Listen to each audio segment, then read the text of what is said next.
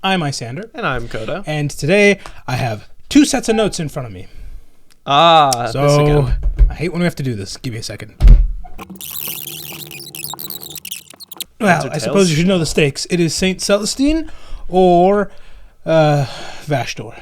The commissars are not going to make it. I'm just going to tell you that for free right now. It was handy.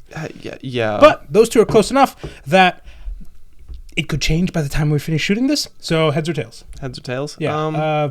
Let's say tails commissars? Sure. Or which would you prefer? We'll go with that. Okay.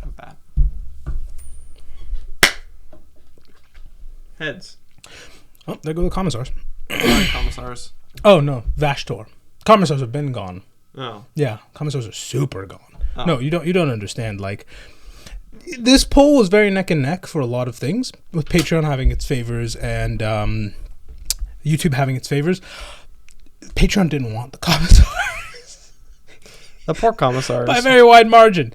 And honestly, neither did YouTube. So they're going in the losers bracket, which means this week is going to be Celestine, next week is going to be Vashtor, and the week after that is going to be the losers bracket. So your options are the Crimson's Fist, the Tau, if you're big into Gundams, the Servitors, if you want to see him suffer, and the Commissars, who are just generally really cool, and I quite like them. I'm still upset about the big Servitor rally. I love the Servitor rally. The moment we discovered it would just make you miserable, a huge surge, a biblical surge, even like a flood. It was kind of heartwarming to see. Heartwarming. You describe. Okay. Heartwarming. Okay. It's the stuff that keeps you warm and cozy on a cold winter day. You know what I mean? Clearly, they feel the same way I do, so it's not just me. But either way, let's get into the best known. Sure. Sister of Battle in 40k, Saint Celestine. Celestine. There's a lot of named sisters, I'm not going to lie. And everyone kind of has their favorite, you know? Mm-hmm. Like, there's the newest one. Well, not the newest one, but like the most relevant right now, I'd say. Morven Vol. She's Nundum. The Nundum. Yeah. She's great. I love those weird things. But Celestine's kind of... She's like the big three. She's very well known. Like, I don't care what's happening. Celestine's always on the back burner. Everyone's always aware of her existence. She's doing something. Yeah, and whenever she shows up to a battlefield, like, tides turn, no matter what. It is the kind of thing that hymns are written about, frankly. Well, she's got big, great wings of fire. Yeah. That would definitely be... That'd be life-changing. You see that arrive, and things are changing in your brain a little bit. Yep, and it's kind of why one of the most hotly debated things, like the elf, or like I suppose the stuffed shark in the room here, one of the most hotly debated things around Celestine is she a demon? Because it kind of walks like a demon. It kind of talks like a demon. An imperial demon. But and she like doesn't die either. Yeah, but that's all hotly. Well, that's not hotly debated. But the whole is she a demon? Is she not? That's really. I mean, hours of human life have been spent discussing and debating this. I will just give you the facts, and then at the very end, we'll go over why she's probably not a demon. Take it with a grain of salt, because tomorrow a book could be published with the opening words, "She's a demon." And we kind of can't chat about it anymore. It is what it is. A demon of the Imperium. Yep, she's now a demon. Okay, I guess that's happening, because 40k just does that. There's a lot of changes that just happen. Yeah. So we're just going to start with the things we know about her. Starting with, we're going to bring back a rhetorical device that you guys seem to enjoy quite a lot. A rhetorical device, you say? Mm-hmm. Because I think the best way to really understand the gravity that is Celestine arriving somewhere is to look at it from not her perspective at all. We're gonna envision that you are an Imperial guard in a command bunker, watching the bitter defense of your final stronghold fail. You have the same luck as your other cousin, poor stooge. It is what it is. These things don't work out. He got hit by bugs. You're getting hit by Nurgle. You also must be like the black sheep of the family too. If he got a planetary governor position and Oh, the Stooges range. you Not were all of just them. a lowly guardsman. And despite the name, poor Stooge did very well for himself. Like, very, very well. We're not gonna. I mean, we're gonna ignore the one that went off into the Ultramarines. It's a different story, but he did pretty good for himself. There's a stooge in the Ultramarines? We'll get to that when we get to that. Well, is he the one that got it together and then obviously escaped this dysfunctional family? We'll talk about him whenever we get there. Okay. For today, though, you are just a guardsman. Things are going awful. Nurgle himself, well, not Nurgle himself, but his forces are here, and so You have the trenchiest of food. Food. Food. The trenchiest of food. Yes. You are being assaulted by, I guess, the Swedes, the Walking Dead, and a couple of Space Marines wasting away because it's Nurgle. You know how it is. You're just... All of his units are sloughing apart, and... They'll make you start sloughing apart. And there's no... Whether you manage to beat Nurgle or not, you're not. Because every time one of your units steps out into the battlefield, they come back with a new disease. It's nothing. It's not even consistent, too. Like, one comes back with his foot wasting. The other comes back with a cold. That one came back with black lung somehow. Your ICU is just taxed beyond belief. And it is almost impossible to deal with because it's the stuff that would wear Sisters of Battle thin treating it. To be fair, from what I understand about hospitals, it's better than if it was all the same disease. Because that's the problem when it's like an outbreak of the same disease is, oh, now everybody is taxing the one resource we have to fix this one disease. If it's spread out across a couple of diseases, then it's just like, okay, this guy gets this guy gets this, and you kind of like wear down your resources evenly. Not when you have a typhoid demon leaping over the walls, backflipping, going, wee, and then exploding. Like, no hospital's really set up for that. I don't care what they say. Nobody's really dealing with that well. It's why Nurgle's kind of winning for a little bit there. That's the most excited typhoid demon I've Nurgle's demons tend to be fairly happy, frankly.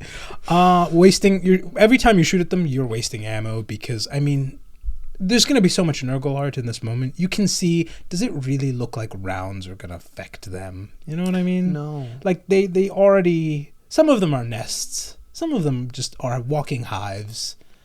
A bolter's not doing very much to that. I don't like you that. know? That's good. It's My going to goal every alert time- my trypophobia. Yeah, I can Exactly. tell that's your goal. Your best bet for dealing with Nurgle is it's quick. I got hit by a scythe. Done. That's it. That was over. I saw way too large of a man, and I died. It was not dragged out. It was not very long. I didn't have to inhale even, frankly, because it smells awful out there. This seems more like a fast death seems more like a corn thing. I mean, here's the thing about Nurgle's units. They still fire ammunition at you. So you can just get headshot, and that's all, folks. You know? Fair enough. Yeah, like, they will not always drag it out because of the nature of war. And for guardsmen to give up, respectfully, it's not that hard. Respectfully. They are just people in a world full of the worst horrors you can imagine. I gotta give Guards fans their flowers. The Guardsmen don't give up and run as fast as they can, as often as it seems. There's plenty of very, very heroic Guardsmen. There's plenty of people who just get sent to the worst place imaginable and recognize that and have the very real human feeling of, you want me to be gum for tank treads? No, you know? But you also can't deny that there is a position within the guard hierarchy to just shoot you if you're going the wrong way. Yeah. So they will run in certain situations. But also, to be absolutely fair to the guardsmen, like, your average human's height seems to be half that of the average anything else in 40k. Not like Nurgle stuff. It could be shorter than you. It could be like human-sized. Like, some of his stuff is just The Walking Dead, pretty much. So it's like, not necessarily larger than you. But yeah, guardsmen run. By the time sisters are considering it, it's bad. Yeah. I'm sure somebody will find an example, but I can't off the top of my dome think of any sister who's run. Like, they're not infallible, don't get me wrong. But it'd take a lot. sisters often have problems and then martyr themselves about it. Can't have a problem anymore. It's either the problem's going to go or I don't have to think about it anymore. Mm-hmm. Pretty efficient when you think about it. I think it's less I don't have to think about it anymore and more I have given my life in service to the Holy Emperor. Yeah, and they're looking like, ooh, we don't have this. They're looking at poor Commander Stooge like, can we really do this? And just your luck. Fantastic. You're in the middle of battle and you see a comet coming right for you. Great. At least an asteroid's going to make it quick, you know? Like that heap of it's a Valstrax, it's Radon, it's take your pick. Either way, it's just going to land on me and I'm going to die. Except as it gets closer and closer, you know, that looks like a woman with wings. That can't be right. That can be right. I have to be seeing it. And then, as it gets even closer, like it's certainly very hot and it's putting out waves of fire. And it's burning the demons away. But not us, I figure. Actually, better. Wounds are stitching themselves up. Oh, whoa. Yeah. Healing comet. Yeah, all the people who are currently infected by something seem to be doing a lot better. Everyone who is kind of down but not out, let's say, like not fully gone, but you've lost quite a few pints, you know? They're getting better. It's... Dude, Sozin's comet? It's shitting itself and crying in the corner. And then, well, it's... Like, it's got nothing on this comet. I hate you so much. And then as it gets even closer, you notice it's not just any comet or any person, but a bit of what would be to you imperial propaganda right in front of you. Like, I'm not talking...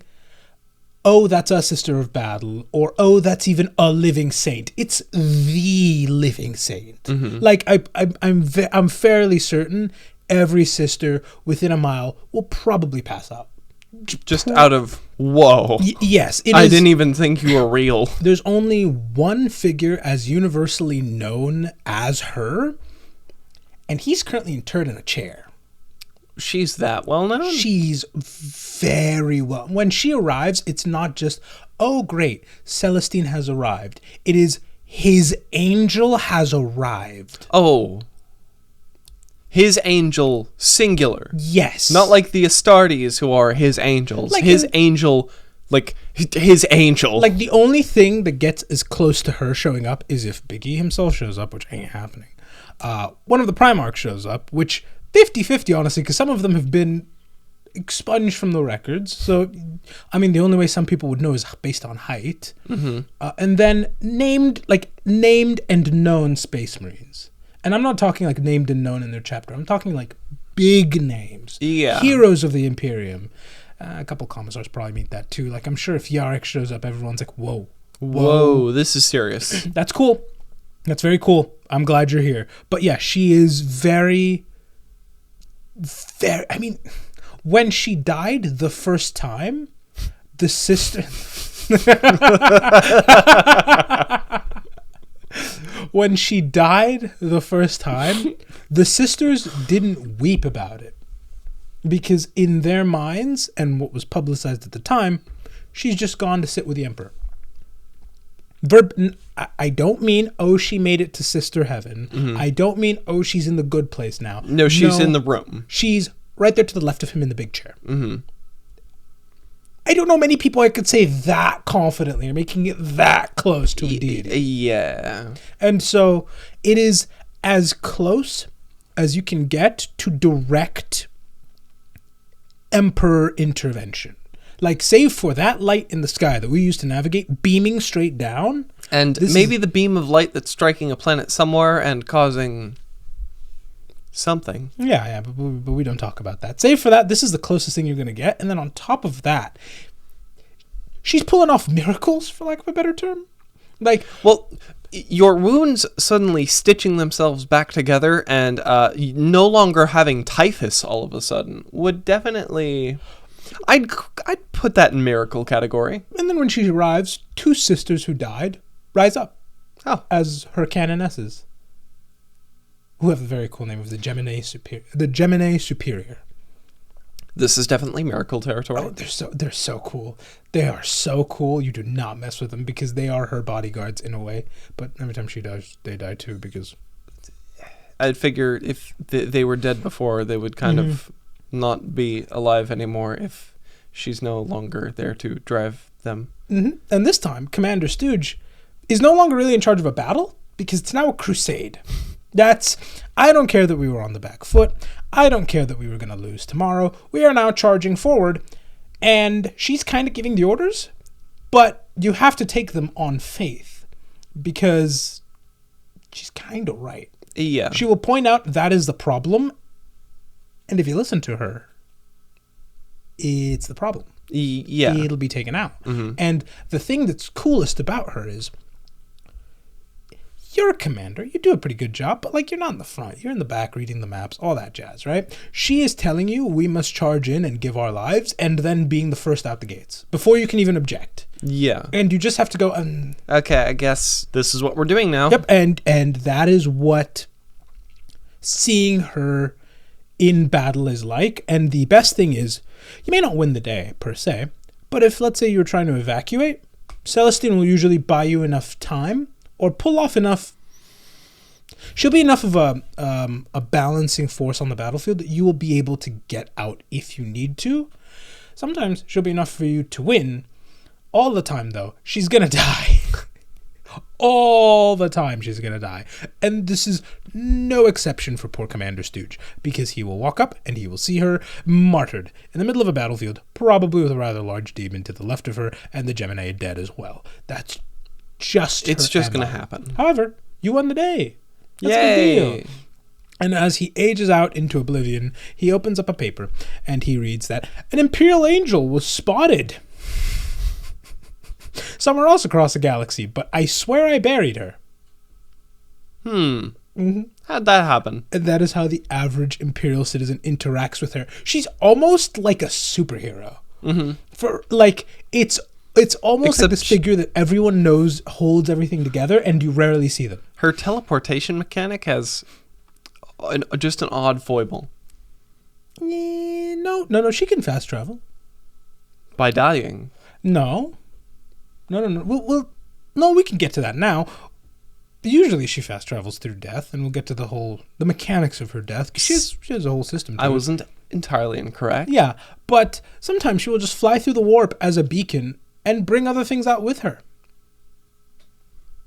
What do you mean bring other things out with her? Like when Cadia happened, the planet cracked, the whole thing. The guards were shooting until the planet fell. You know what Cadia is at this point.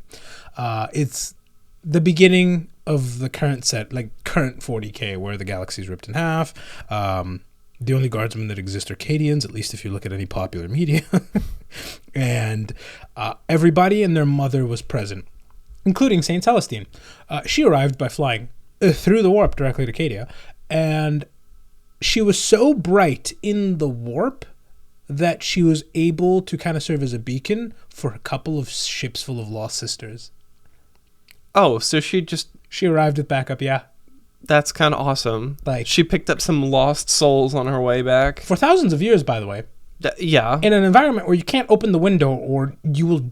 You're just kind of insane now. Yeah. Congratulations. Why is everything purple suddenly? And they held out faith for... we don't even know how long, frankly. And then something will come to save us. Yeah. And that's... Dude, she's so cool. She's so cool. There's kind of... Listen, there's no shortage of Celestine art. There's shortage of Celestine art in my book. She's so cool. We need more. Yeah, I'm glad she's playable in Magic, though. Yeah. Is she? Yeah. I have her in my deck. Oh. She's not very good. Oh. But I have her. Well, because that's a shame. The option was take Celestine or don't. And I have... That's not an option in my book. You have to. It's like... There's only one of those options that are like viable. Yeah, exactly. That's her today, though. That's the current mythos around her. She wasn't always like that. She wasn't always the headline news. She was kind of obscure back in the day, like closer to being in the obits than anything else. Really? Yeah. Well, I figure she had to like ramp. Not everyone can be a Primarch and just be born destined for greatness. Yeah, she had to ramp up her. Yeah, it was kind of like a work to it. She was Angeltude. Well, I don't think. Sure, she one of those started as a sister Repentia, which is okay, because what a Repentia is when a sister does something bad. And I'm talking bad, I'm not talking bad like, oh no, I stole that person's pen. I'm talking bad in like, well, I suppose that counts because that's theft and that's you've done something that the Emperor himself would look at you and go, I'm disappointed. Yeah, not mad, but disappointed. No, you've just sinned against the great big book. Because I figure if he was mad at you, he would just... It depends. You have done something bad, but critically not so bad for you to be captured by chaos. But still pretty bad. And there's a wide range of stuff in there, from petty theft to like letting a demon in. You know, there's a wide range of stuff there. Letting a demon in doesn't enter offing you territory? Well, when you're a Repentia, you're stripped of all of your armor and all of your failings are laid bare. From there, you are then wrapped in scripture, given a two-handed chainsword, and said, go to the front lines. So you might as well be sentenced to execution. Oh, and you're shunned by all your sisters. Yeah. You are literally just there to die for your sins. Yep. That is it. And the first time we covered the Repentia, there was 2 brands of Repentia art available. I remember this. Yeah. They got new models, and now they're just... So back in the day, I'm talking way back in the day, the Repentia, like, when I say they were only wearing tattered bits of scripture, I'm talking that's all that they were given. And when you look at the old models, you can see that clear as day. That does reflect that. I think at the time... It was very hard to find art of the Repentia for our sisters' I think video. At the time, I described it as being... You know that one image of Tobey Maguire holding the train with the webs? Yes, I remember this. That's their clothing situation. It's been updated since. And before we get to the updates, there's also the other style of Repentia art, which is really cool, honestly. It is the like, no, I believe you are currently wielding a massive two-handed chainsword and in the front lines all the time. Like, it's very beefy, it's very like scarred, it's very, you could kill me right now, you know? It looks like it almost belongs in Berserk, and that's really cool. I was going to... Berserk is probably more accurate. I was going to ask, which is that one, like, Shattered Sword character from League? Riven. Riven, yeah. I hate that. Gives Riven energy. Years of my life in that game. I hate it. Yeah, well... I hate that I got that so Some fast. of the character designs are good. Oh, it's so good. It's a love-hate relationship, man. When I was looking at the art, it was giving, like, either... there's no other way to say it, like pin-up or Riven. And there was no in between. You say pin-up or Riven. Riven existed in the 2010s. And she has a Battle Bunny skin. I don't know what that is. But I'm kind of... I can fill in the blanks. I can fill the blanks in. Yeah. Yep. Hey, they updated it, though, and now it's like a kind of mecha thing going on. But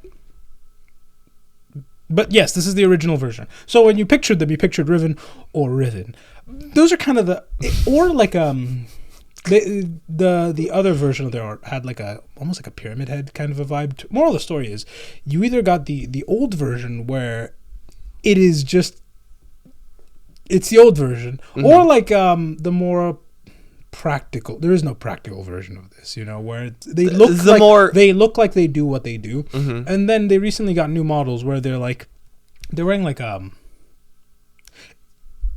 they try to like thread the middle effectively with the new versions of them. So they kind of look like they're wearing you know, like those Olympic swimsuits or wetsuits. They look like they're wearing wetsuits with scripture on top of it. I see. Which I don't know. Whichever variant you prefer. I don't care. I mean, I guess you now have all three available, and you know my favorite faction.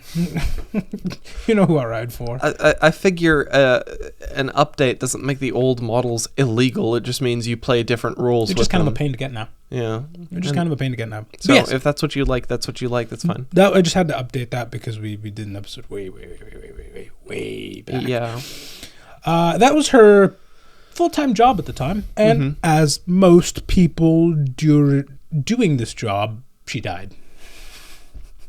That's Repentia. You are repenting for your sins, and by dying. And she, I will be fair, did it from the front lines and accounted for hundreds of deaths by herself. Just her. Impressive. With effectively rather large gardening equipment. Could take out hundreds of people. Every That's other an insane Repentia, Katie. Every other Repentia died. Including her, until they got to her and discovered, hold on, how are you still alive? She has a heartbeat. For some reason. And it looked like she had the light of the Emperor glowing in her eyes. And was completely untouched.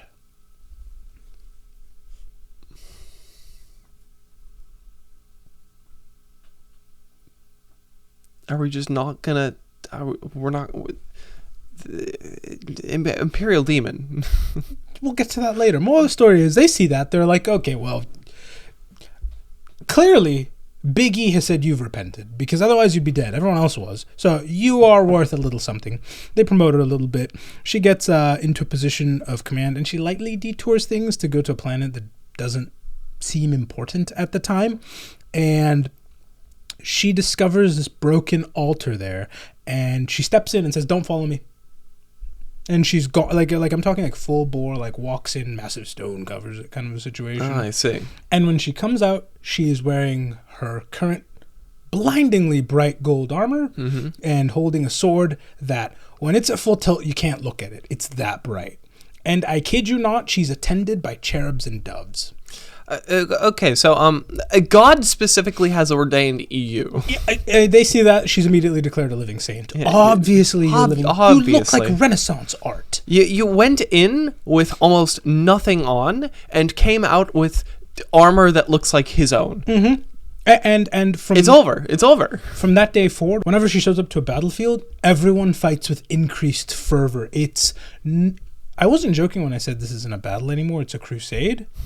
When she shows up... Snap crusade. When she shows up, this isn't, yes, his angels have arrived, as in, like, the Space Marines are here to save us. It is his judgment has arrived. He specifically has looked at this and said, no, you cannot win. This is a messenger direct from him. That definition of angel. Yes. And she will go forth and judge anyone and everyone until, invariably, we get to the end of most of her crusade, which is her... I won't say untimely. It's usually fairly timely demise, you know? It's so weirdly timely because just like 5 minutes later, she's somehow shown up to a different battle. It depends. Sometimes they ring the whole like bell of lost heroes over it because she's gone, and you genuinely don't know when she's going to be back, and it varies wildly. From her perspective, she just wakes up on top of a mountain of bodies. That's a wonderful wake up. Yes, and they are all wearing gray rags, and she has no memory of who she is. Actually no memory. Like, she wakes up, who am I? Like, full insomnia routine? Okay. Amnesia. Not insomnia. You miss enough sleep, things get wacky. You miss a sufficient amount of sleep and things get wacky. From there, she has to get down that pile of bones that she can find pieces of her armor on them. Why is that? And with each piece she puts on, the more memories come flooding back as the armor slowly repairs itself. So if she was, say, burnt to a crisp, she'll be wearing very charred armor, and it'll mend itself as she slowly reassembles it and slowly gets some of her memory back. If she was standard issue shot down from the sky, I'd imagine still a burnt to the crisp. Yeah, it's still not great. Sometimes, not sometimes, all the time, as she's finding the last pieces, demons will start crawling out of the pile of bones, and she has to fight them off. No sword, by the way. Oh, just these hands? Just these hands. Okay. And if she does it for long enough and sufficiently enough, she will get her wings back, and then from there she can go out and find somebody who's under assault by more demons. And I assume she gets her sword back? Well, this woman who's being assaulted by the demons, is just trying to get somewhere to pray, and it is revealed that variant is, or that person is her faith, effectively. If you haven't caught on yet, she has to go through this every time she dies. It's like a trial of some kind. And faith is just that. It gives her a little bit of what's going on. Yeah. But you still gotta trust it, you know? Yeah. Yeah, and then so together they both sprout some wings and go off flying. And then they find another person with a blade in their hand. Do you want to guess who this is? This is just the last manifestation of her that passed on. Well, it's Purpose. Okay. It's Purpose with a little girl. And the moment they see her, Purpose cuts Celestine's wings clean off. Okay. And tells her to climb that cliff face, or else the girl dies. Oh. I see. Okay. So she has to kind of ditch Faith for a little bit to watch the kid as she just climbs a mountain, effectively. Midway through, she'll meet a demon that's kind of like her own reflection. And the whole thing is just like, it's not worth it. It's not worth it. You are climbing a mountain. It is raining right now. You had wings. What's the point of this? Just fold. Just fold. What's the point? And the worst thing about reflection is it's not just this mountain is unclimbable, don't bother. Reflection is the thing that's holding all of her memories of the Imperium. Which doesn't sound too bad until you realize she's been alive and dead for a while. And it's happened so often that she is one of the few things that can remember the descent. She's lived for long enough to have watched everything backslide. She can plot history from point A to B, and it's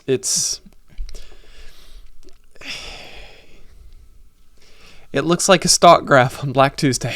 It is, or when Jerome Powell says good afternoon, I think is the thing. Good afternoon. Just tanks right down.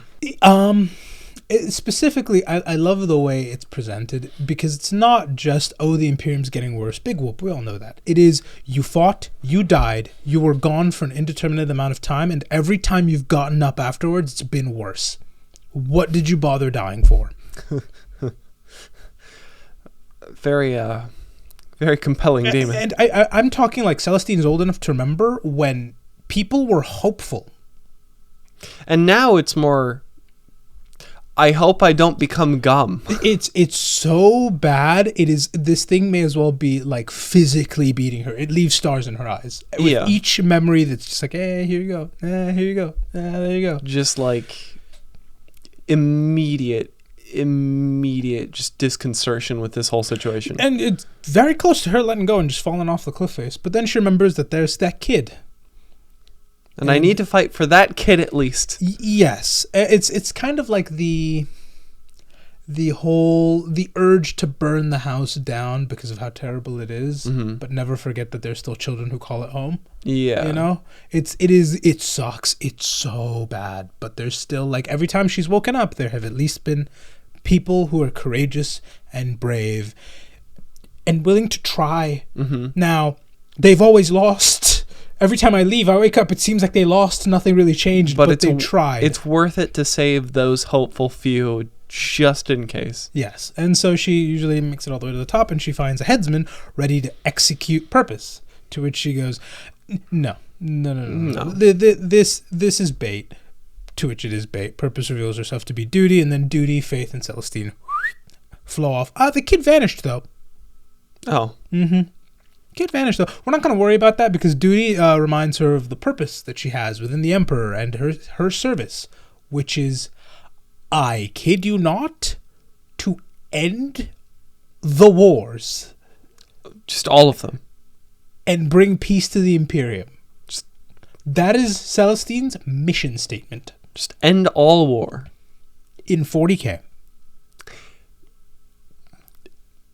That is what she's pledged to the Emperor to do. I've said this a lot in the last couple of videos, but yeah, it's in the name. She's going to keep trying, though, and that's why you love her. Together they go into this cave. Like, and I don't know, maybe we could change, maybe G-Dub is going to... Peace hammers, though, are going to be a thing. They're going to change course, and Celestine fixes all war. It is now just Hammer 40k. This is now a construction simulator. That'd be... I'm surprised I haven't done that. There's plenty of construction games. No, but then they go into this dark cave, and there are... What are described as the souls of poor wretches trapped in slimy walls.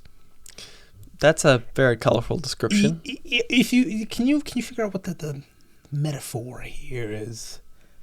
It is so many people suffering under so much weight, and it's so brutal that faith and duty starts sinking in that. As this massive maggot with the head of a human comes along and blocks the path, and they cannot cut through it. That is the worst kind of sphinx. Mm-hmm. It is pretty much the imperial bureaucracy made flesh. Yeah. It is something that she cannot cut through, and she does not have the wings to cut its faith or its face. And so she just has to sit there and watches faith and duty slowly sink and become faces in the cave. Mm-hmm. And it is trying its best to get her to give up, because what can you do in the face of something that massive? Really, just sit, wait it out. Mm-hmm. Hopefully. I like the way she gets around this, because she finds the strength within herself, but critically, she isn't the thing that undoes it. She just starts burning with this golden light, and it ignites fury within not only faith and duty, but every single soul trapped in the wall. Oh. Yes. She literally gets everybody to rise up against the bureaucracy. It's here we get its name, which is the Worm of Doubt. And it's also here where she gets her wings back, and she flies up and... Off with its head. Yep. Yeah. And from there, the lost souls rise up and rip the giant. It's like when the God Emperor in Dune becomes that thing. It's a lot like that. Would you still love me if I was a worm? Yeah, but it's described as a maggot specifically, but a larva. It's not great. And that is the last of her challenges. And as she flies away, faith and duty vanish. And she finds herself on a coastline. Do they disappear, or do they become one with her? She's just on a beach now. And it's here she finds that little girl again, and kind of takes a moment to think about the work that she just kind of put in. Because that was a whole lot. It's a whole saga. And she talks to this girl, and the girl introduces herself as Hope, and explains that she's been there for a long time alone, and just wants Celestine to stick around. Stick around on the beach with her? Mm-hmm. Celestine doesn't have to fight anymore. She could just stay there with Hope. I can see. Mm-hmm. Hope with no action is just inaction. Do you see why I love Celestine? And it's described as one of the hardest of the challenges, because Celestine wants to. Mm-hmm. This isn't like the other ones where she sees this great problem and has to overcome it because she wants to. She wants to stay. Mm-hmm. She desperately wants to just put the sword down, cut the wings. I'm good. I'm so good. Just give me a beach episode. I've earned it. I've earned the beach episode. And just enjoy the peace that she's fought for so long. But she knows she can't. Because if she doesn't, then all of this is for naught. Yeah. It will all just go away. And she utters a prayer as she leaves, which can best be summarized as, I will fight for you until the fires of war are quenched. Period.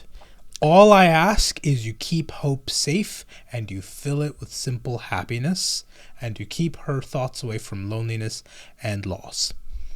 And if you fail to do that, the last thing this blade will go through is me. As many times as I must, because I will do no further duty for you. Well, it's not really symbolic. If you lose hope, then, If hope goes away, then there's nothing I have fought for. What is the point? Pointless. I don't care how many times you revive me. I will wake up, turn it right back around. Every single time, without fail. It will get creative. It will get messy. Keep it alive. And I love that because it shows that she's not just blind like Faith, you know? Mm-hmm. She's not just a zealot who shows up clad in fire. She actually asks something from the thing she's working for. Mm-hmm. You know, it is not blind faith. It is, I'm trying. Mm-hmm. There's some things I can't do. You gotta keep that spark alive. Yeah. I'm all for it. I will fight hell itself. Act like Celestine's mission statement can best be described as fight through hell with a squirt gun. And she will do it with a squirt gun. But you have to make there's sure got to be something outside of the hell to fight for. Yes, something that makes them want to. Mm-hmm. And then after this is when she gets back together. She's fully assembled at this point and comes right back into the material plane. Somewhere, typically. Somewhere. Yes. It's also very funny that as she's flying through this whole trial situation, she has Faith and Duty accompanying her. And whenever she comes to a battlefield, she usually resurrects 2 Gemini Superior. Best buds are back in the real world. Possibly. I mean, they get some of her power. They certainly take hits that they shouldn't be able to for regular sisters. And they put down things that they shouldn't for regular sisters. But we aren't sure. This is her best buds pack. Yes. And she will continue to do her duty and be this massive beacon of hope and this bulwark against the night for as long as she can until she dies. Typically climactically, but sometimes very unclimactically. Like I've heard it described as she just Leroy Jenkins in.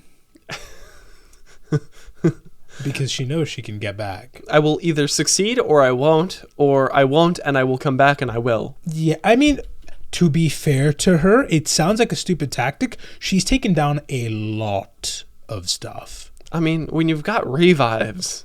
And No. Like in her one life before she died. Like she has wounded Abaddon, the Despoiler, the guy who cracked the galaxy in half. On 13 Black Crusades. He's a whole thing. He's the current big bad. He or she was there for the resurrection of Guilliman. Do you know that one picture of Guilliman we always use of his coronation? Mm-hmm. Who's holding the thing? Well, who's holding the halo? I mean to say that point of like I have revives as in you can start like putting some self-preservation actions away. Mm-hmm. Like if I remember correctly, the human jaw has enough bite force to like bite your teeth out. I thought it was bite through your fingers. Well, you can bite through your fingers, yeah, but like you can crack your own teeth just if you clench your jaw hard enough. But because of like with your theoretically your brain has like self-preservation mechanisms that are not going to allow that to happen. Take the adrenaline response of, oh, my kid is under a car. I can squat this F-150. I'm going to squat this F-150, and you do.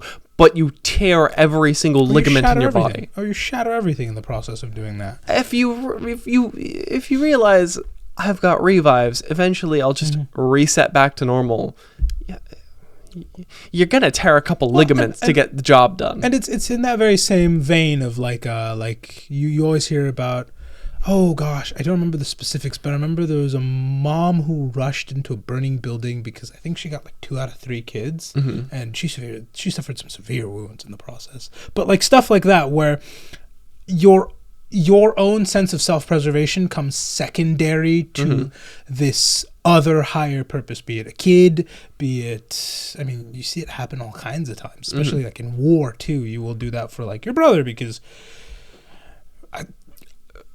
I have to. I have to at least try, you know? And so I could see Celestine being a very similar vein, but, obviously empowered, very much so. It also takes a lot of mental fortitude to do what she does, because she does arrive at mostly important battles. Yeah. Mostly. And typically does die mostly important deaths. Mostly. She's been shot by Inquisitors. Ah.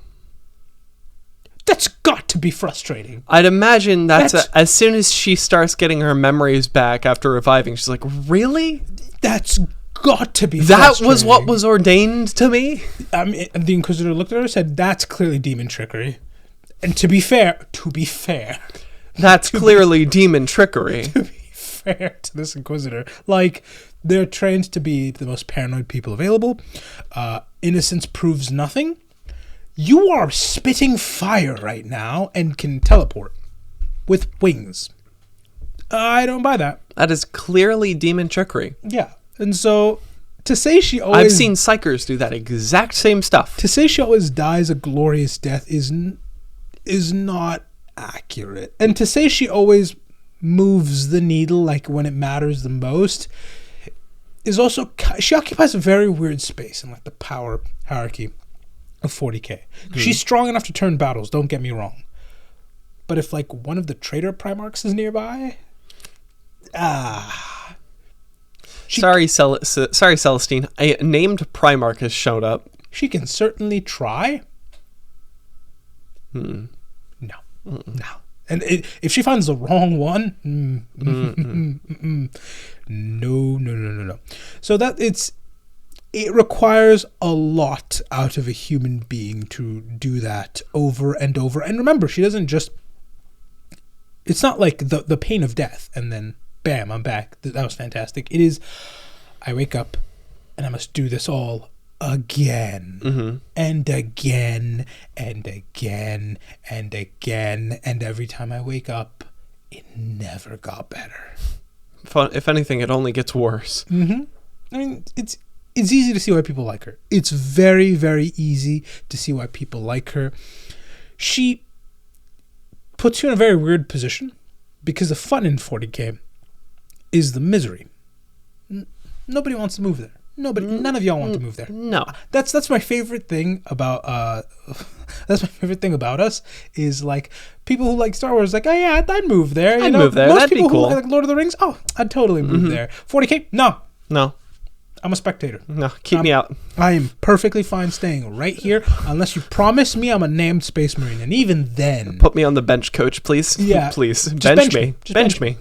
And so because of that, because there's that inherent misery in the grim darkness of 40k, there is only war.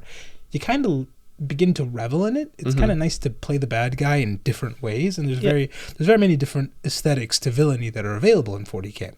But Celestine is one of the few characters that's so hopeful, that's so, like, there's no bad angle to Celestine. Typically, like, you know me, state-sponsored hype man. You know me, I give you the vibe, and typically there's a chunk of the video that's the worst things these characters do.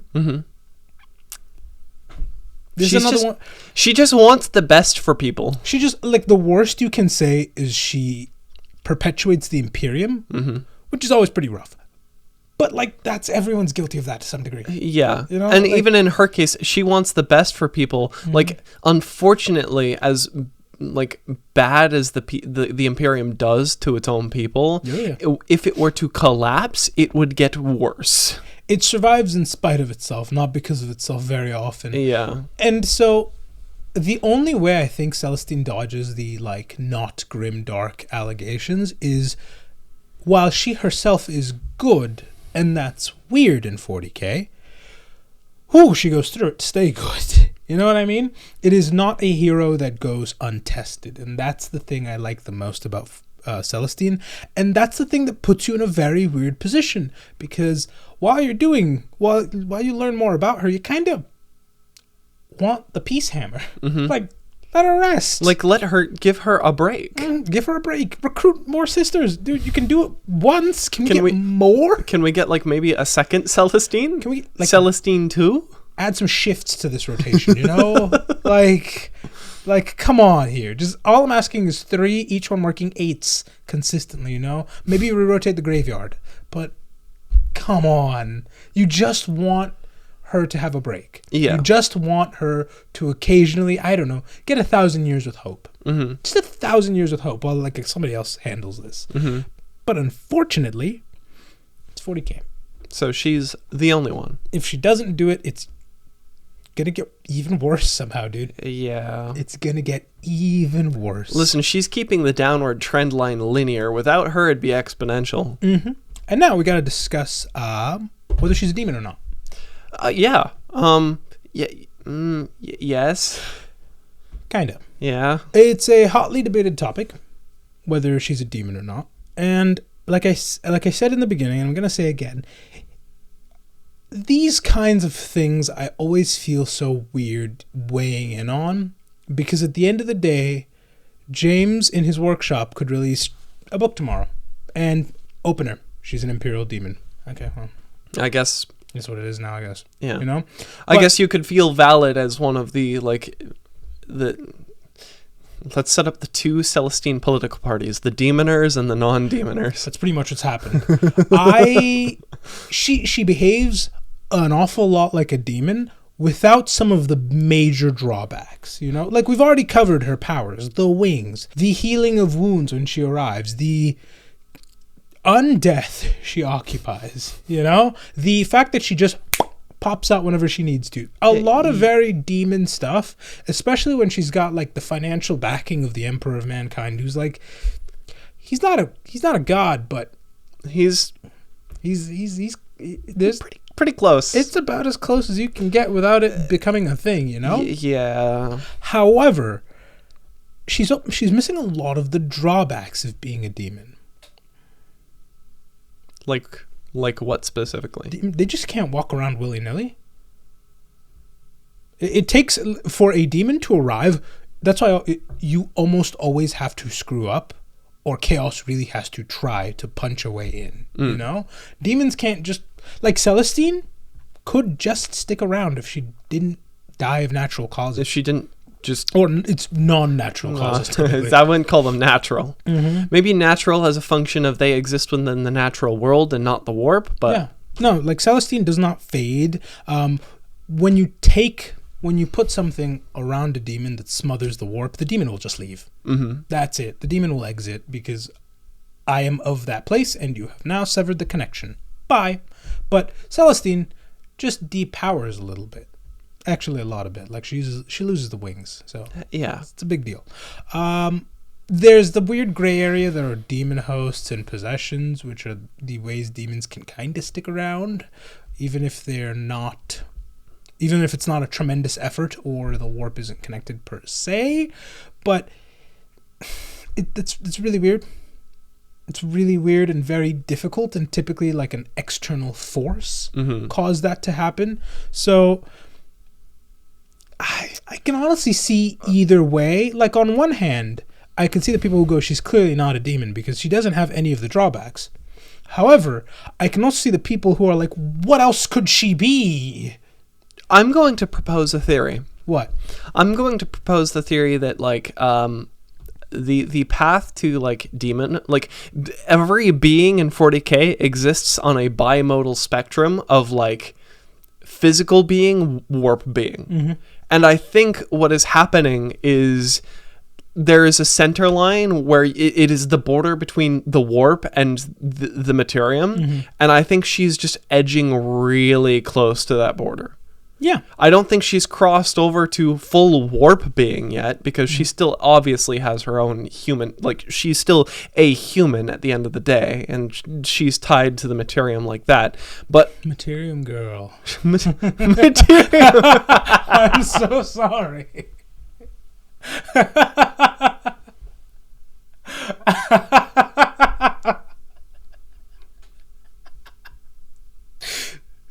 Yes, she's a Immaterium girl.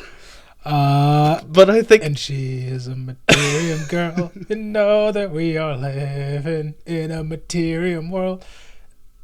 And I am a Immaterium girl. Yeah. So But that's the specific tired space. train of thought. No, I get where you're going. But yeah, I she think occupies a weird middle ground. that is the between theory. the two. I don't think she's hit the middle, or maybe she has, and that's what this looks like. Well, But I think she's like edging very close to getting to and that border. it's not fully unprecedented to have things that really fiddle with how we define things, you know? Well, I was just going to cite the Legion of the Damned as my source for that. Well, where it's just like, well, they're not exactly warp beings, but they're not exactly but they behave like demons, straight material up. They beings leave. either. They can't exist for a while, you know? It takes an effort to bring them in. They behave a lot more like demons. The example I was going to use is the Primarchs, where they can exist and have grown up and clearly have no issue staying in the real world for as long as they want. They're 10,000 years old, for goodness sake. However, they can also exist in the warp as they see fit and can create kind of tiny spaces within it. They can move planets within it. Like, there are different categories for different things. I think Celestine just kind of is her own thing. So, very, very close. Honestly, I think I nailed it the first time I described her, where she's living proof the Emperor really just wanted a girl. Like, she is living proof that 20 dudes in one house broke the man. Like, I'm so sorry. Can you imagine the shattered windows? The shattered windows from that many brothers? And they're super strong, too. Actually, that's my favorite fun fact I didn't cover during the Malcador episode. Genuinely, he wanted it to be a batch of 20 sisters. Because in his opinion... I'd imagine they would have been dealing with less holes in the walls and less concussions. If his exact... If I remember correctly, he argued it would make things more civilized, to which the Emperor burst out laughing and thought he was joking. But then, you know, you can yuck it up now. You're in a chair as bones, and the galaxy's torn in half. Because of that one and 10 of his friends. And so, maybe we could have thrown some girls into the mix. Maybe. But, yeah, Celestine, I think that's the specific spot. If you really want to oversimplify it, Imperial Demon. For me personally, living proof that Big E he just wanted a daughter. Like, I've had 20 dudes. And for me, the basis of a radical new theory on what existence looks like in 40k. Can you fathom being a dad and you're competent, you're good at your job, each of your kids is good at something different to a scary degree, and then one of them breaks your back? You're asking for a daughter. Yeah. You're asking for a daughter.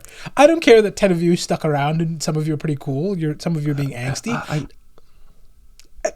I'm asking for a daughter. I need some things to calm down. Could you fathom the Emperor's father's? Can you one moved to England and is now an Arthurian knight? Sure, whatever.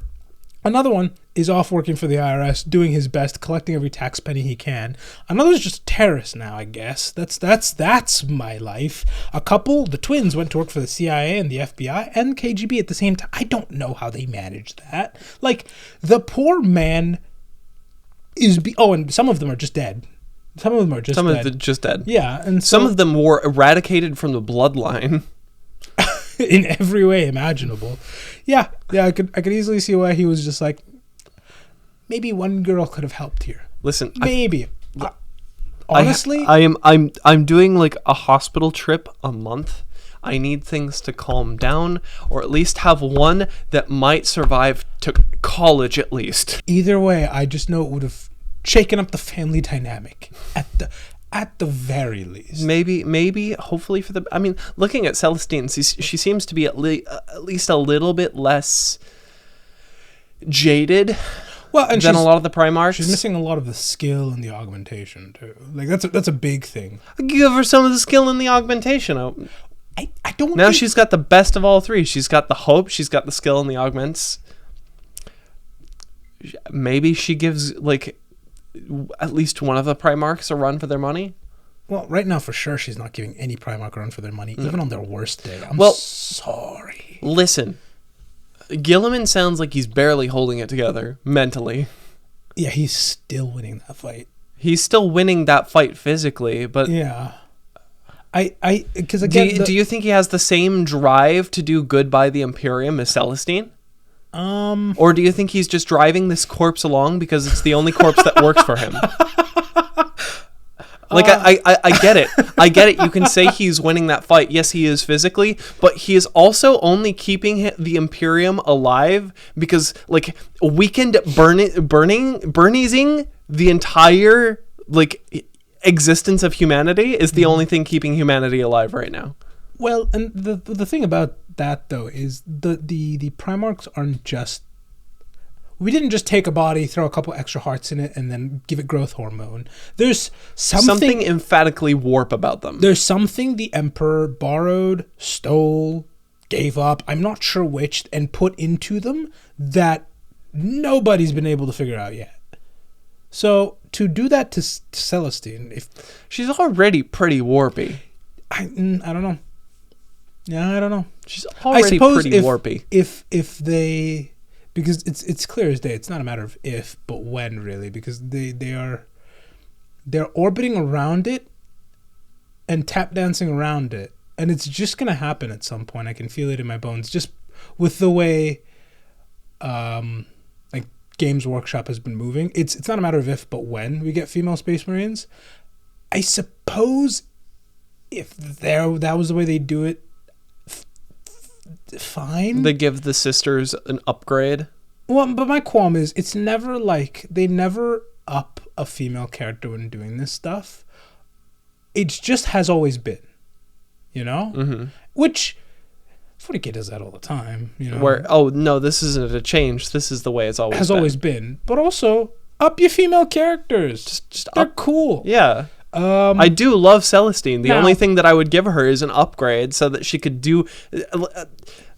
Well, you know, I was going to say it's utterly impossible, but Call did something that's really weird and kind of suspiciously close to a Primarch, but not quite there. Have we never covered... Oh. You don't know about that yet. Don't worry about it. But that's okay. like... That's... Yeah, Call is sketchy. That... makes it... Well, he upgraded the thing that the Emperor handcrafted himself, so... Plausible. I don't know. We've gone way off the rails. What do you think, I suppose? I don't think she needs a buff, honestly. I like Celestine as her own kind of independent thing. I would love to see her with a buff, because I would love to see what that would do for her, for, like, her hope. I want to know if she would get closer to, like, being jaded like Gilliman, or if she would just retain that hope while being a more powerful being. The problem with that is we need about... I could see that happening once we've run through about 8 more loyalists. You know? Once we've brought back the whole roster. Yeah. I could see it happening then. No, you know what? The more I think about it, keep Celestine. Because there's this real tendency, and part of it is because of the way 40k is... the media you'll mostly see Space Marines, and so there's this real tendency to Space Marine everything, like a very real tendency to do that, you know. And I don't like the concept of taking the Sisters of Battle that are very cool and like Space Marining them, Miss Independent. That's why I love her, you know. Yeah. Neo was on one. I don't like the concept of taking them and then just Space Marining them because like. They're cool on their own. They don't need to be 7 foot tall. They don't need to be able to run through brick walls. Some of them kind of already can, you know? They're cool because of how uniquely human they are. Yeah. So it's Space Marines, I get it. They're cool, but they're kind of just, they're weapons more than they are people. Yeah. No, keep Celestine as she is. Yeah. Like we need, not everything must be able to match a Primarch for goodness sake. There's only like 20 of them. There's only like 20 of them. Give me the one person that can turn the tide of a battlefield as opposed to the one who can deal with the 1 in 20 chance one of these guys shows up. Now, to be fair, when they do show up... They are movers and they are shakers. There's motion to them. Yeah. They do a lot. But, yeah. I got to turn it over to you. What do you think of Celestine? I like Celestine. I'm pretty loud and proud about liking Celestine. I mean, she's kind of cool. I've never met a Celestine hater. I don't. Think I feel like ever, if you hate Celestine, you're the problem. it's possible. Yeah. Yeah. I can't. She's just too cool. I'm trying to think because everybody in 40k, there's usually somebody who doesn't like them.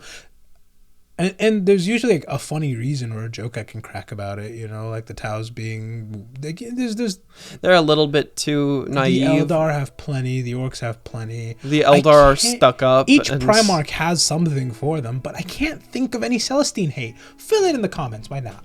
I've yet to see it, so this could be the first place I see it, if it even exists. Maybe there is a valid reason for hating Celestine, but I don't know. I'm pretty predisposed to like, why would you hate her? She just seems cool. She's fantastic. We'll find out in the comments. Thank you so much for tuning in. Be sure to vote in the losers bracket, and we will see you next week for Vashtor. Probably. Most probably. It's already written. Don't make it change. Don't do this. No, we already flipped the coin. It's been decided. Sorry. It is what it is. It's Vashtor time? Yep. And check out the second episode of our Space Marine playthrough, which came out yesterday. And thank you for being here.